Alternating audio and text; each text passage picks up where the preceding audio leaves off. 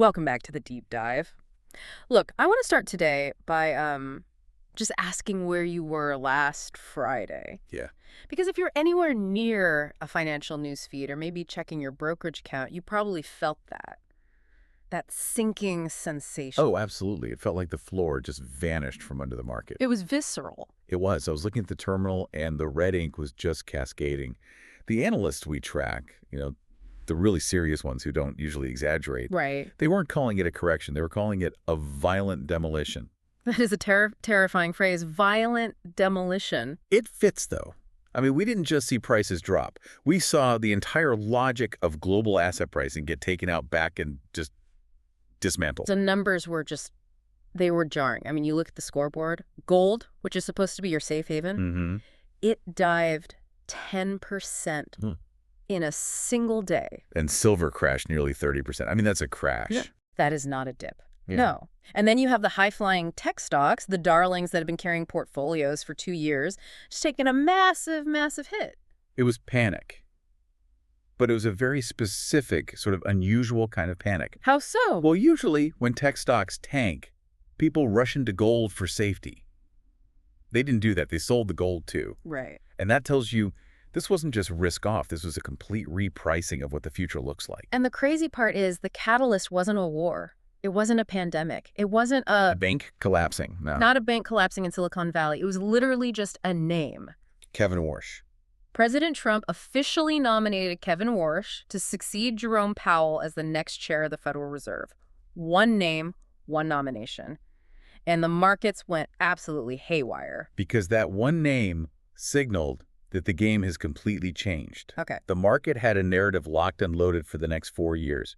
They were betting on a specific script, and Friday was the moment they realized they were reading the wrong play. Okay, let's unpack this. Because on the surface, to a regular person, swapping one guy in a suit for another guy in a suit, it doesn't sound like a reason for silver to drop 30%. No, it doesn't. So what was the narrative the market thought it had? The market was betting on business as usual, or maybe party as usual is a better way to put it. Right. The expectation was that President Trump, who famously loves low interest rates and a high stock market, would appoint a yes man. A loyalist. Someone who would walk in, take orders, slash interest rates to zero. And turn on the money printer. Exactly. Turn on the printer to make sure the S&P 500 keeps hitting record highs. That was the easy money bet. That was the consensus. Investors were positioned for liquidity. They were ready for the punch bowl to be refilled. And Instead of a pliable dove, they got Kevin Warsh. Right. And Warsh has a reputation in these circles. He isn't a yes man. He is a hawk. He's an inflation hunter. So it's like expecting a substitute teacher who lets you watch movies and instead walking in to find a drill sergeant. That is exactly what happened. The market realized the liquidity party might be getting shut down by the cops. And that explains the violent reaction. It does. Yeah. But, and this is the core of our deep dive today, Mm-hmm. we need to go beyond just the shock. We have to understand why this is happening. Right, because there's this massive puzzle here. Why would a president who loves low rates hire a guy who is famous for wanting high rates? It feels contradictory. It does, until you look at the debt. And this is the first big pillar we really need to break down. Fiscal dominance. Fiscal dominance. Okay, that sounds like a terrifying textbook term. It sounds academic, I know, but it's actually a very real, very dangerous mathematical wall that the U.S. economy has hit. Okay. The source data is clear on this. The United States is currently sitting on $38 trillion in debt. 38 trillion. It's a number so big it just doesn't feel real. But the consequences are very real.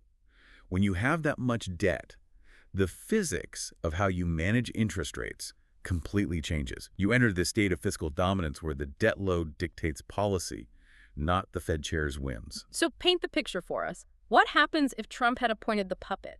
The yes man who just slashed rates to zero with all that debt hanging over us. That's the nightmare scenario. If the Fed is seen as unserious about inflation, if they're just printing money to fund that debt, the global investors who lend us money, The bond vigilantes. the bond vigilantes, they panic. They look at that $38 trillion and they say, the U.S. is going to debase the dollar to pay this off. The currency is going to lose value. And if they think the dollar is losing value, they stop buying our bonds. Exactly. They go on strike. And when people stop buying U.S. bonds, the interest rate the U.S. has to pay to attract buyers it spikes, it skyrockets. And this is the part I want to make sure everyone listening really catches, because this affects your wallet directly. Mortgage rates aren't set by the Fed's short-term rate. No, they're not. They are set by the bond market. Precisely. You could have the Fed setting the official rate at, say, 2%, trying to be nice.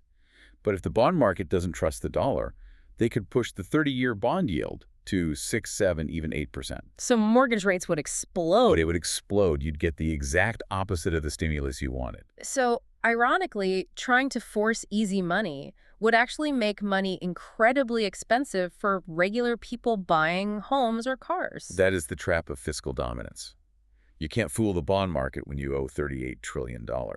So the strategy, and this is the sophisticated kind of 4D chess move here, is to hire Warsh. Because Warsh has credibility. He has mainstream credibility. The global creditors, they trust him. They know he's an inflation hawk. They know he isn't going to let the dollar turn into confetti. So when he walks in, the bond market relaxes. The bond market relaxes. They keep buying the debt. So by hiring the guy who wants higher short-term rates, you actually keep the long-term rates, the ones that matter for mortgages, from spiraling out of control. Exactly. You have to look tough to get the stable result. A puppet would have caused a crisis of confidence. Warsh brings stability. Wow. That makes so much sense when you lay it out like that. It's about reassuring the people who hold our mortgage, essentially. In a way, yes. But Warsh isn't just a generic hawk. The research emphasizes something called the Warsh Doctrine. This goes beyond just debt management. He has a very specific view on where the economy is going, specifically with AI. He does. And this is the part that is arguably even scarier for the stock market bulls.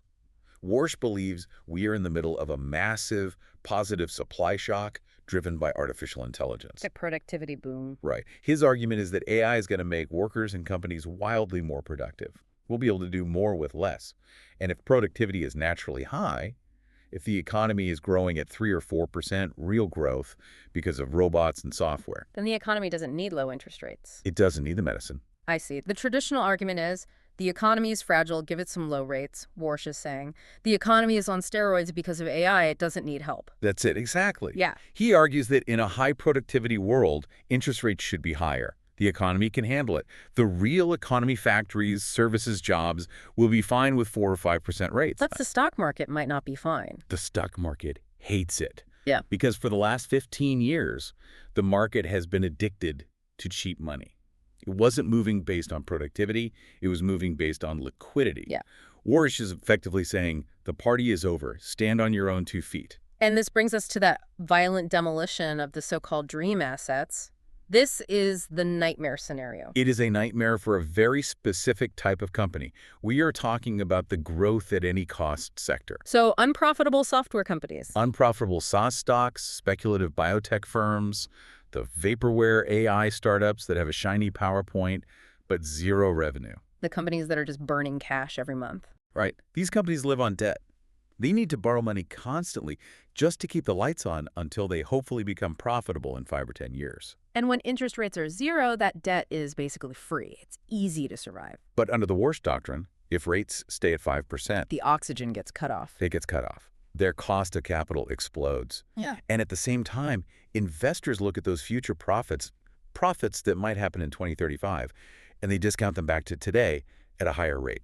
Mathematically, the value of those companies just collapses. It's a double whammy. It costs more to survive, and your future potential is valued at close to nothing. Exactly.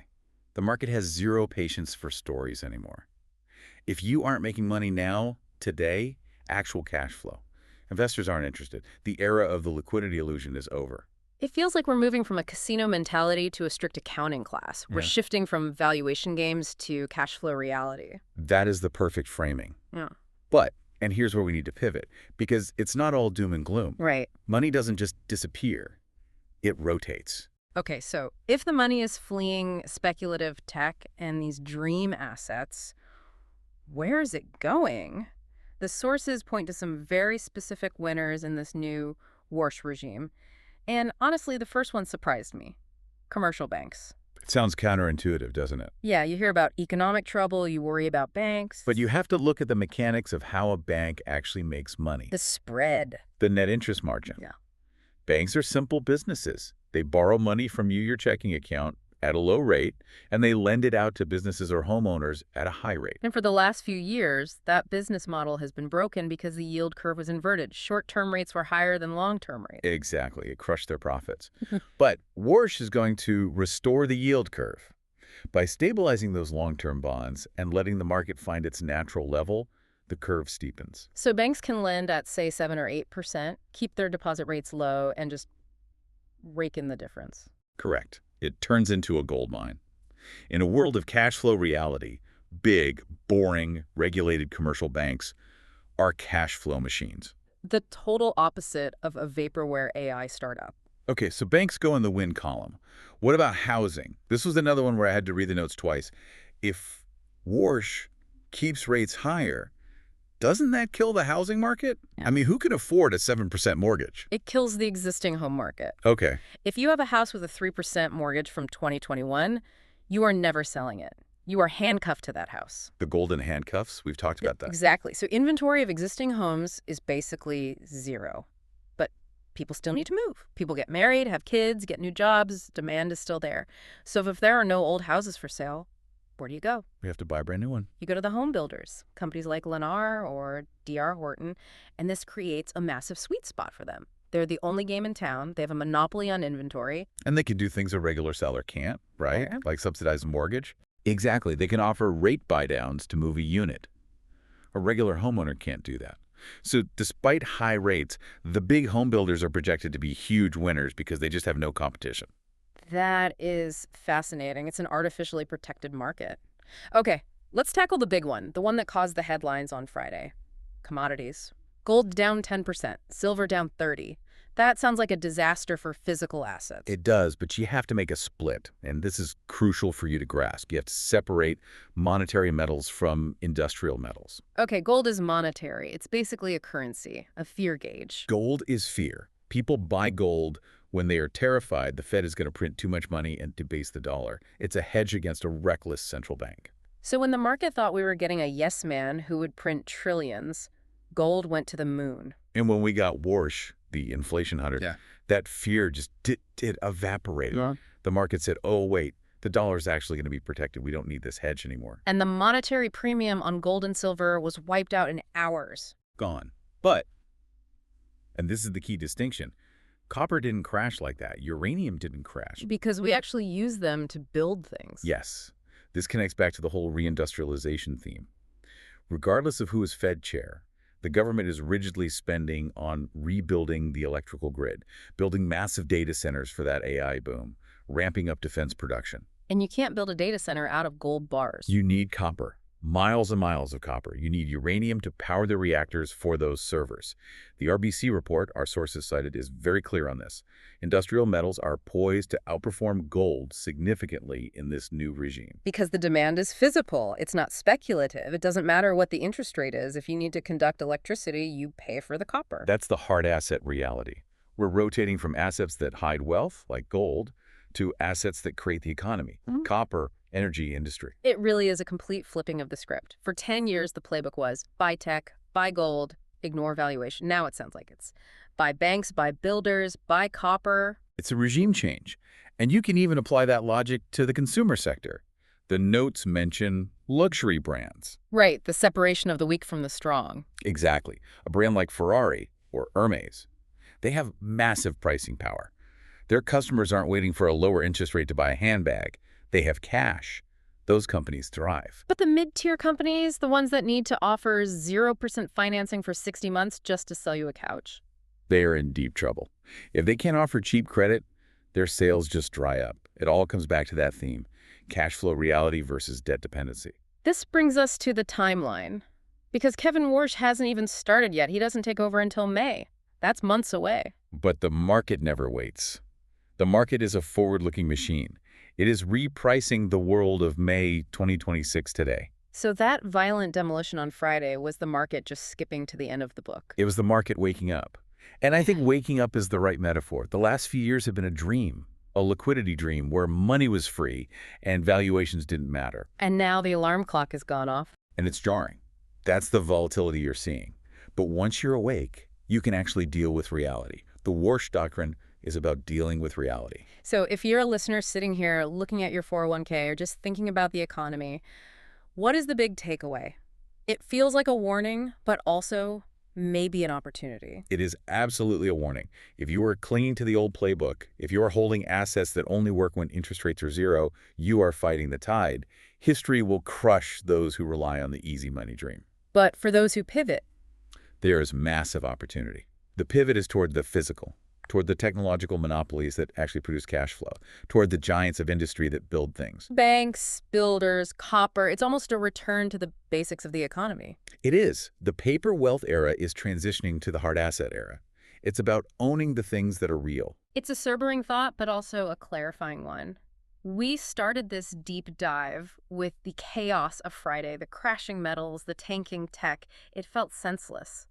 But when you look at it through this lens, this Warsh doctrine and the reality of our debt, it actually makes perfect sense. It does. The logic is sound. It's just the logic we aren't used to seeing. So we've covered the three pillars: the shock of the Warsh nomination signaling the end of the party, the necessity of fiscal dominance forcing a hawk to save the bond market, and the great rotation out of speculative fluff and into industrial muscle, That is the new playbook. And the rules changed overnight. which leaves us with the final provocative thought from our sources. I want everyone to really chew on this. We are in a world shifting from liquidity illusions to hard reality. The market has already made its move. The question is, in this new regime, are you ready to change gears? That is the question to ask yourself this weekend. Thanks for joining us on this deep dive. It's going to be a fascinating few months watching this play out. We'll be right here watching it with you. Until next time. Take care.